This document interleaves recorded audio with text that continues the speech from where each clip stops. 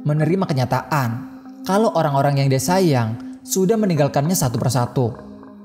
Selama hampir 1 jam dia berjalan dari pos 3 menuju pos 4, Gio ini disuguhkan sosok-sosok makhluk halus yang menyerupai wujud kedua orang tuanya, orang yang dia sayang. Tapi Gio sadar kalau orang-orang ini sudah meninggal dunia semuanya.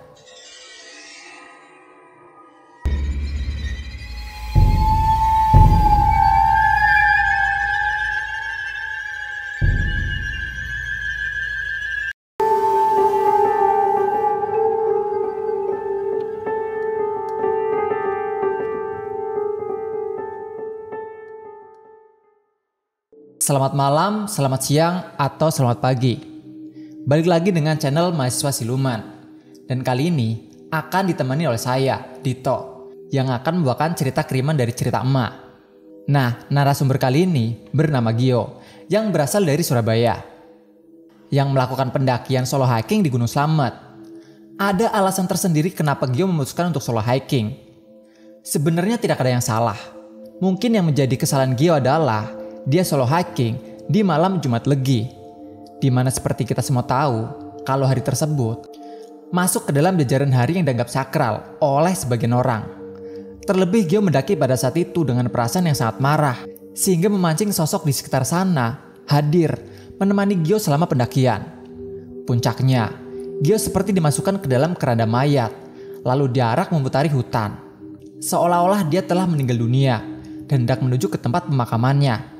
Jadi bagaimana cerita lengkapnya pendakian Gio solo hiking di Gunung Slamet? Kita langsung saja ke cerita. Tapi sebelum lanjut, jangan lupa untuk like, share, dan subscribe channel Mahasiswa Siluman. Aktifkan juga notifikasinya untuk tetap update video-video terbaru dari kami. Luangkan waktumu dan pasang earphone-mu. Siapkan tempat dan posisi yang nyaman. Dan selamat mendengarkan.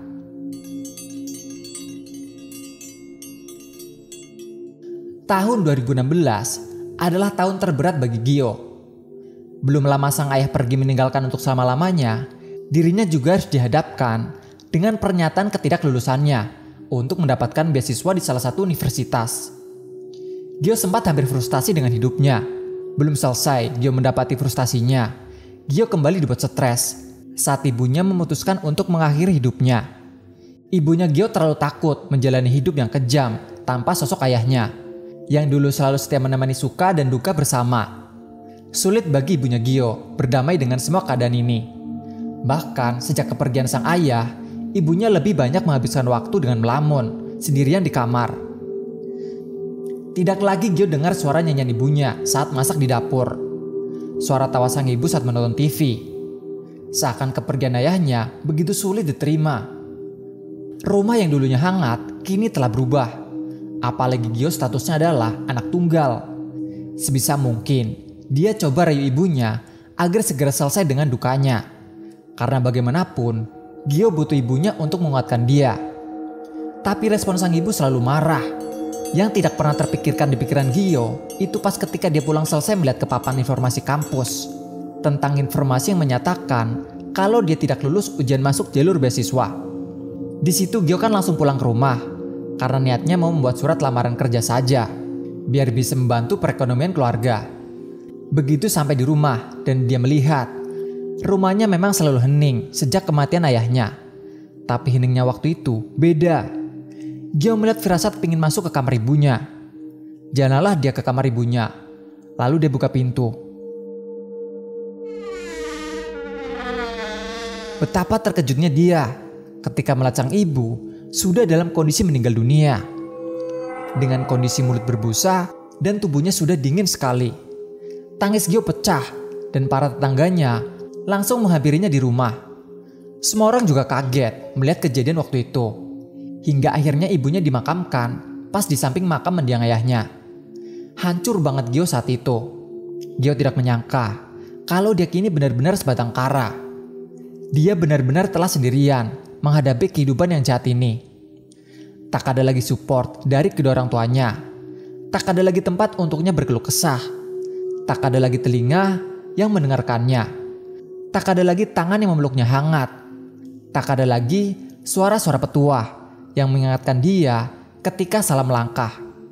Gio masih belum punya gambaran seperti apa kehidupannya setelah ini. Semangat Gio hilang dan rasanya dia sudah tidak punya semangat hidup setelah kepergian kedua orang tuanya. Rasanya sempat terpikir untuk mengakhiri hidupnya sendiri, persis seperti cara sang ibu bunuh diri. Di lain sisi, Gio juga berpikir, kalau aku menyerah sekarang, sia-sia dong ibu dan bapak memperjuangkan sekolahku sampai di titik sekarang. Itulah kalimat penguat untuk Gio, sehingga dia tidak jadi bunuh diri. Sebab dia harus kembali melanjutkan hidup dan kembali melanjutkan perjuangan almarhum ayahnya. Bahunya harus kuat dan dia pasti bisa. Karena Allah akan selalu menyertai langkahnya. Setelah 7 harinya sang ibu, semangat Gio membara. Ada mungkin 7 CV kerja yang dia buat. Setelah selesai, CV-CV itu dia kirim ke berbagai perusahaan. Kini dia hanya tinggal menunggu panggilan interview. Di posisi dia yang menunggu panggilan kerja, dia tidak munafik. Ketika sendirian di dalam rumah, selalu membuatnya teringat memori-memori bersama kedua orang tuanya. Kadang, dia suka nangis-nangis sendiri. Apalagi kalau pas lewat kamar orang tuanya. Sepintas, seperti melihat ada mereka berdua duduk di atas kasur sedang bercanda. Jadi seolah-olah dia ini halus sendirian di rumah. Hingga setelah 40 harinya kedua orang tuanya Gio kedatangan tamu, yaitu temannya yang dari Jakarta. Di mana temannya ini berniat untuk solo hiking ke Gunung Slamet via Bambangan. Temannya ini mampir dulu ke Surabaya untuk menengok dirinya. Karena Gio kan masih dalam suasana duka kepergian kedua orang tuanya. Temannya ini juga rencana bermalam dulu di rumah Gio. Baru keesokan paginya berangkat mendaki. Akan tetapi di sore harinya, teman Gio ini harus balik pulang ke Jakarta. Tiba-tiba ada kabar rapat penting mendadak di kantornya dan semua karyawannya harus hadir. Paniklah temannya ini dan langsung mencari bis jurusan Jakarta lalu pulang. Sedangkan tiket dan semua peralatan mendakinya dititipkan di rumah Gio. Entah kenapa, Gio kepikiran untuk mendaki. Soalnya kan tiketnya mubazir kalau nggak dipakai. Toh dia masih ada sisa uang dan kemungkinan cukup untuk bekal OTW. Apalagi di tas temannya ini sudah cukup dan ada semuanya. Mulai dari peralatan mendaki sampai beraneka makanan perbekalan. Dia menghubungi temannya yang sudah ada di dalam bis dan mengutarakan niatnya. Untungnya teman Gio ini nggak keberatan memberikan izin untuk memakai semuanya. Toh mubazir juga kalau nggak dipakai kan. Seneng banget Gio mendengar itu. Gak nyangka kalau kini dia kembali mendaki. Setelah hampir 4 tahun berhenti. Dia mendaki kembali dengan harapan ketika di gunung nanti bisa memberikan dia ketenangan. Agar dia bisa lebih siap untuk melanjutkan kembali hidupnya. Ya hitung-hitung refreshing gitulah. Akan tetapi semuanya tidak berjalan sesuai keinginan Gio. Justru selama mendaki, Gio selalu dihadapkan dengan banyak sekali gangguan. Gangguan demi gangguan terjadi kepadanya. Lalu apa sih gangguan yang dialami Gio sewaktu solo hiking di Gunung Slamet? Inilah kisah pendakian Gio dimulai.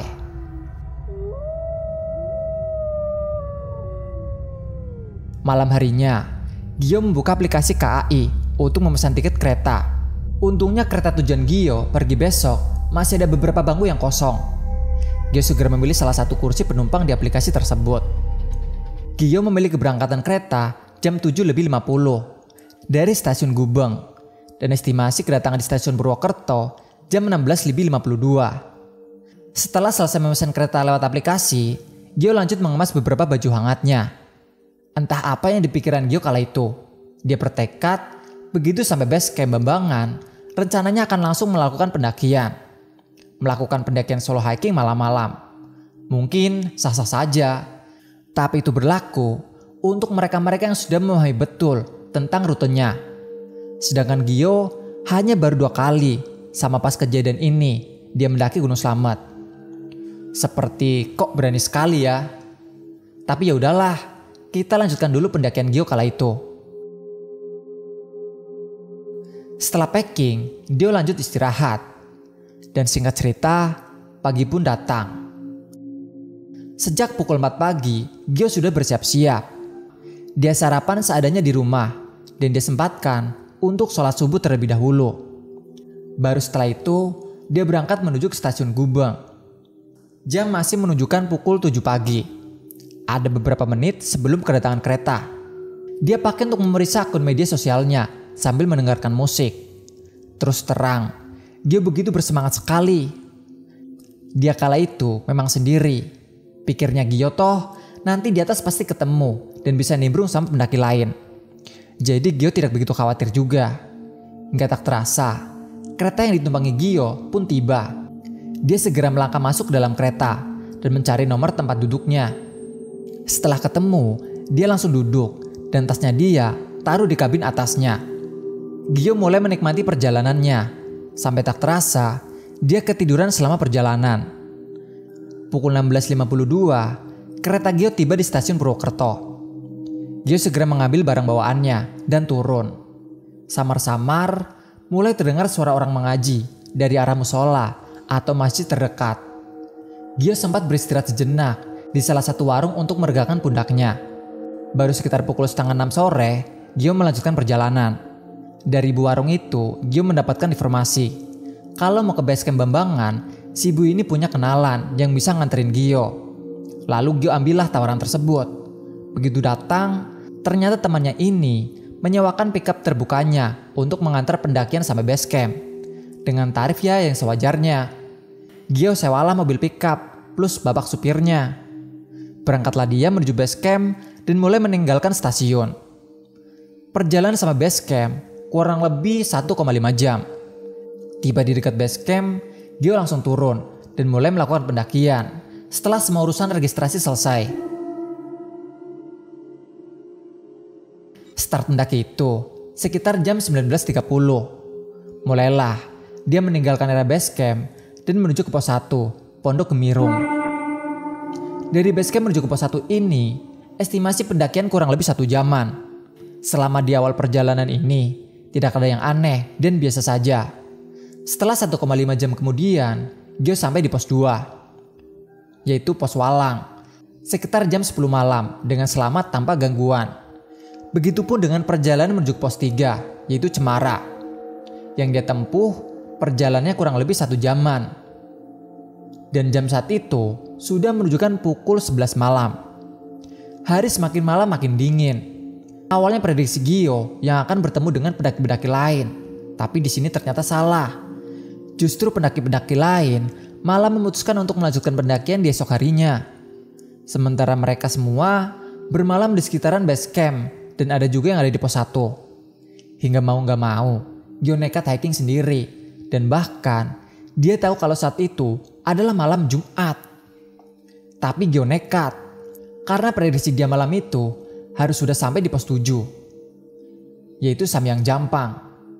Supaya besok pagi bisa langsung summit ke puncak dan jaraknya gak terlalu jauh juga. Boro-boro ngecamp di pos 7. Perjalanan dari pos 3 menuju ke pos 4 sama Rantu saja dramanya banyak sekali. Sebagai seorang pendaki, tentunya Gio sedikit banyak paham dengan mitos-mitos yang menyelimuti Samarantu. Bagi dia, selama pikirannya positif dan tujuan mendaki hanya untuk mengagumi ciptaan Allah, insya Allah perjalanannya akan baik-baik saja. Yang terpenting, jaga sopan santun selama ada di atas gunung. Teori di pikiran Gio sesimpel itu pada waktu itu. Sebelum akhirnya dia dihadapkan dengan banyak sekali ilusi-ilusi yang membuatnya kembali flashback ke memori lama yang sengaja dia pendam dalam-dalam. Tapi kenapa saat pendakian kala itu, semua memori ini bisa-bisanya terkuak kembali di ingatannya. Ilusi-ilusi yang dia lihat itu terus mengganggu konsentrasinya saat mendaki. Pikirannya kacau dan tak terasa air matanya menetes kembali dari sekian kerasnya usaha dia untuk belajar tegar. Menerima kenyataan kalau orang-orang yang dia sayang sudah meninggalkannya satu persatu. Selama hampir 1 jam dia berjalan dari pos 3 menuju pos 4, Gio ini disuguhkan sosok-sosok makhluk halus yang menyerupai wujud kedua orang tuanya, orang yang dia sayang. Tapi Gio sadar kalau orang-orang ini sudah meninggal dunia semuanya. Pertama, dia bertemu dengan sosok yang menyerupai mendiang kedua orang tuanya. Gak berselang lama, dia bertemu dengan sosok yang menyerupai Febri, sahabat SMP-nya yang meninggal bunuh diri karena hamil di luar nikah. Setelah itu ada lagi sosok yang mirip sama mendiang Dion, teman SMA yang meninggal terlindas truk saat berangkat sekolah. Terus ada lagi sosok yang menyerupai Irna, teman SMA-nya yang meninggal karena bunuh diri di rumah kosong. Yang terakhir, dia melihat ada sosok yang menyerupai wujud Kirana. Kirana ini adalah pacarnya yang telah meninggal dunia saat perjalanan menuju ke tempat kegiatan, di mana pacarnya ini meninggal ditabrak truk petugas kebersihan kota yang melanggar lampu lalu lintas. Waktunya berhenti, tapi truk ini tetap melaju. Sedangkan dari arah lain, motor Kirana melaju setelah membalas pesan Gio pada waktu itu. Anehnya, semua sosok ini menyerupai wujud-wujud orang yang Gio sayang, seperti kondisi terakhir orang ini saat meninggal dunia. Hanya berdiri di sisi jalan sambil memandang ke arah Gio yang berjalan melewati mereka. Jadi serem-serem gimana gitu. Tapi Gio bukannya takut. Dia malah diajak flashback ke momen di mana kejadian itu semua terjadi. Tangisannya pecah dan dia tidak bisa membendung kesedihannya. Di sisi lain, Gio juga harus tetap berpikir waras dan meyakinkan diri kalau itu bukanlah mereka. Itu hanya arwah yang menyerupai wujud mereka dan berniat menyesatkan Gio. Pertarungan batin begitu kuat di situ. Seorang diri, dia melewati malam yang penuh dengan kejutan ini. Setelah menenangkan dirinya sendiri, Gio akhirnya melanjutkan perjalanan. Dia lihat jam tangannya. Ternyata sudah jam 12 malam dan dia sudah berada di area Samarantu. Akan tetapi kendala kembali terjadi. Tahu-tahu ada kabut datang menyelimuti pendakian Gio. Gio kaget melihat kabut yang tiba-tiba datang. Sepertinya dengan kondisi seperti ini tidak memungkinkan kalau Gio harus melanjutkan pendakian. Mau gak mau, dia harus ngecamp di pos 4 Samarantu guna keselamatan dirinya sendiri. Dengan penerangan seadanya, Gio berharap dia masih ada cukup waktu untuk mendirikan tenda. Mulailah dia mendirikan tenda di area Samarantu. Mengabaikan segala rumor dan mitos tentang tempat itu demi keselamatan dirinya. Mendaki sendiri di tengah kabut yang datang itu terlalu beresiko. Dia tidak mau mengorbankan dirinya sendiri untuk sebuah ego. Sekitar 30 menit kemudian, tendanya berhasil didirikan. Dia buru-buru masuk ke dalam dan istirahat sambil nyemil-nyemil kue milik temannya. Tak lama kemudian, Gio mendengar seperti ada suara rintikan hujan turun. Dalam hati Gio ngebatin, loh, ini bulan apa ya? Kok ada turun hujan? Tapi kan yang namanya hujan bisa datang sewaktu-waktu. Sekalipun bukan masuk bulan penghujan, Gio membuat suasana seasik mungkin. Sekalipun dia sendiri di dalam tenda, setidaknya dia nyaman dan tetap aman dari hujan di luar sana. Sebenarnya yang dia takutin hanyalah petir. Gak tau kenapa kok petirnya keras sekali malam itu, menyambar satu sama lain tiada hentinya. Dia nyalakan murotal di HP-nya sambil dia baca buku komik yang sengaja dia bawa dari rumah. Dikala asik baca komik sambil dengerin murotal, tiba-tiba murotal di MP3-nya ini gresek-gresek bunyinya. Padahal di MP3 HP-nya yang dia dengar bukan suara dari siaran radio. Lantas, kenapa bisa gresek-gresek gitu? Karena tidak mau berspekulasi aneh-aneh, Gio matikanlah itu MP3-nya dan dia pun tertidur.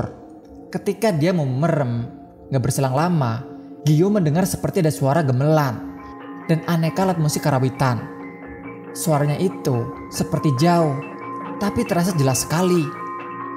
Firasat Gio sudah mengatakan bahwa ini sudah tidak baik-baik saja. Terlepas ada hubungannya atau tidak sama mitos seputar Samarantu. Gio hanya meminta supaya apapun itu tidak mengganggunya. Di balik keberaniannya hiking sendiri malam-malam, dia juga termasuk orang yang menakut. Apalagi sampai menjumpai sosok-sosok seperti yang dia lihat tadi. Dan ditambah, sekarang tiba-tiba dia mendengar lantunan lenggam Jawa. Masalahnya, ini di gunung. Siapa yang mau menggelar hajatan? Ditambah cuaca di luar juga seperti itu. Hujan petir sama angin. Manusia mana yang mau menggelar hajatan di tempat seperti itu? Bisa jadi memang ada sih, tapi setidaknya tidak di situasi dan kondisi seperti itu. Lalu pikiran Gio langsung tersadar bahwa sepertinya kedatangan Gio itu sedang disambut sama mereka. Perasaan Gio sudah mulai was-was. Dia hanya takut gak bisa pulang dan selamat. Di dalam tenda, Gio berdoa sekuat tenaga dan terus bersikir minta perlindungan sama Allah supaya dia nanti bisa pulang dengan selamat. Akan tetapi suara-suara itu masih ada. Gio penasaran dan coba mengintip sedikit dari celah tendanya. Begitu dia mengintip,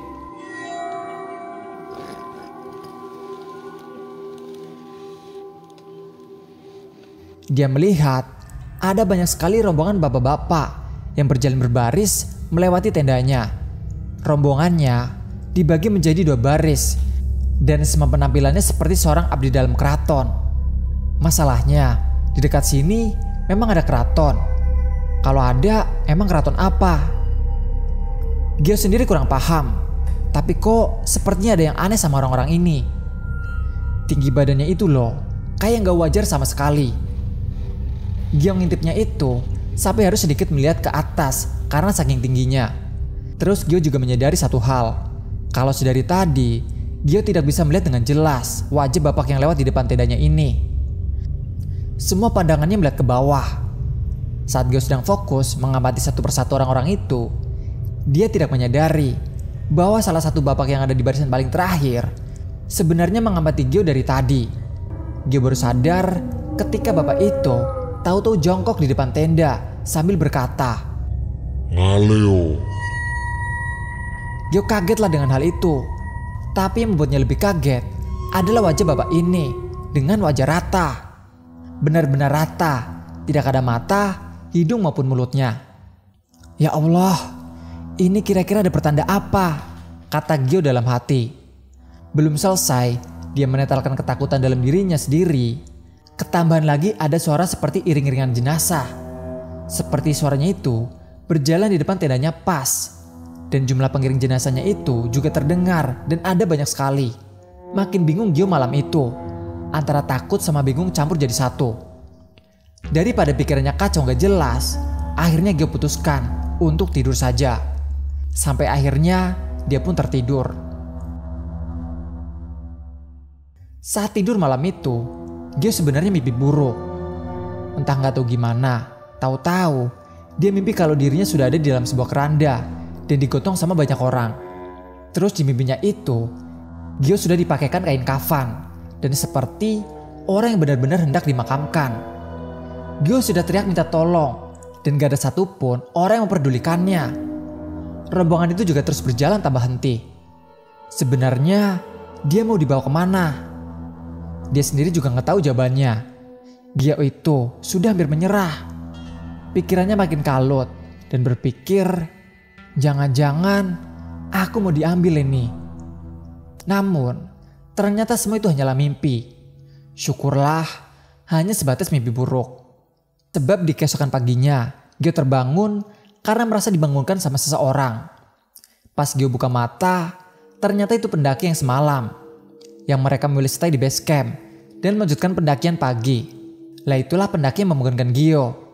Menurut kesaksian pendaki ini, dari kejauhan mereka memang melihat ada tendanya Gio, tapi sudah dalam kondisi terbuka. Gio-nya nggak ada di dalam tenda. Pas dicari-cari, ternyata Gio malah rebahan di sini tanpa jaket hangat. Hanya tiduran di atas tikar dekat sebuah pohon yang mana di bawahnya ada banyak sekali sesajen. Yang mereka sendiri nggak tahu itu sesajen tujuannya buat apa dan siapa yang meletakkannya di situ. Mereka awalnya ngira itu perbuatan Gio untuk meminta hajat tertentu. Soalnya kan gelagat Gio juga aneh. Dingin-dingin begitu, ngapain tidur di luar tenda dan cuma beralaskan tikar anyaman. Habis itu tidur, selayaknya orang sedang meninggal dunia. Jadi kedua tangannya itu sendakap di atas dada. Seperti inilah, kalian bisa lihat? Pasti kalian juga paham lah. Gio yang mendengar itu lebih kaget lagi. Dan memang semua yang dikatakan pendaki-pendaki ini memang benar. Kalau dia hanya tidur beralaskan tikar anyaman, tanpa jaket dan rebahan di samping sesajen. Pertanyaannya, yang bawa dia ke situ itu siapa? Orang semalam dia tidur di dalam tenda. Kenapa tahu-tahu bisa pindah ke situ? Dan dalam kondisi seperti ini, jarak antara tendanya sama posisi dia tidur juga lumayan jauh.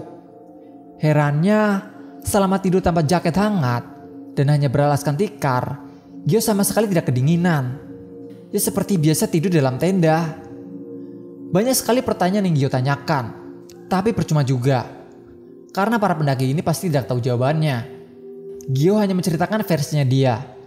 Pendaki-pendaki ini kaget mendengarnya dan meminta Gio untuk bergabung saja sama rombongan mereka, supaya yang menjaga Gio dan membantu Gio apabila ada sesuatu yang terjadi. Jadi setelah Gio benar-benar sadar, dia dibantu berkemas dan mereka kembali melanjutkan pendakian. Alhamdulillah, Gio sudah tidak mendapatkan teror yang spesifik sekali. Paling, dia hanya samar-samar mendengar suara lantunan lenggam Jawa, seolah seperti ada sorak-sorai yang menggelar hajatan. Tapi dia coba alihkan dengan tetap berpikir positif dan terus memperkuat imannya, supaya pikirannya tidak mudah terkelabuhi sama hal-hal seperti itu. Dia baru dikasih tahu sama pendaki-pendaki itu kalau kemarin adalah malam Jumat Legi, malam yang dianggap sakral untuk sebagian orang. Bahkan ada beberapa orang yang selalu menjanjikan sajian di gunung tertentu, tak terkecuali di Gunung Slamet, yang terkenal sekali dengan beraneka macam kisah mistisnya yang menyelimutinya. Jadi begitulah cerita Gio ketika solo hiking mendaki di Gunung Slamet. Terima kasih banyak atas ceritanya. Semoga kedua orang tuamu dilampangkan kuburnya dan diterangkan jalannya, diringankan siksa kuburnya, dan dipersatukan di surganya Allah. Amin. Pelajaran yang bisa kita ambil dari cerita ini, jangan nekat mendaki sendirian ketika pikiran dan hatimu masih belum selaras. Kamu masih belum bisa berdamai dengan diri sendiri, masih belum benar-benar bisa mengikhlaskan sesuatu. Lebih baik, carilah teman menemanimu ketika sedang mendaki sebuah gunung. Sebab mereka yang tak kasat mata memiliki celah untuk mengelabuhimu dan membawamu turut ikut bersama mereka. Kamu tidak sendirian. Ada mereka yang selalu hadir di sekitarmu, entah dalam wujud apapun, nyata ataupun tak kasat mata. Berhati-hatilah. Sekian cerita ini. Salam lestari, mahasiswa siluman.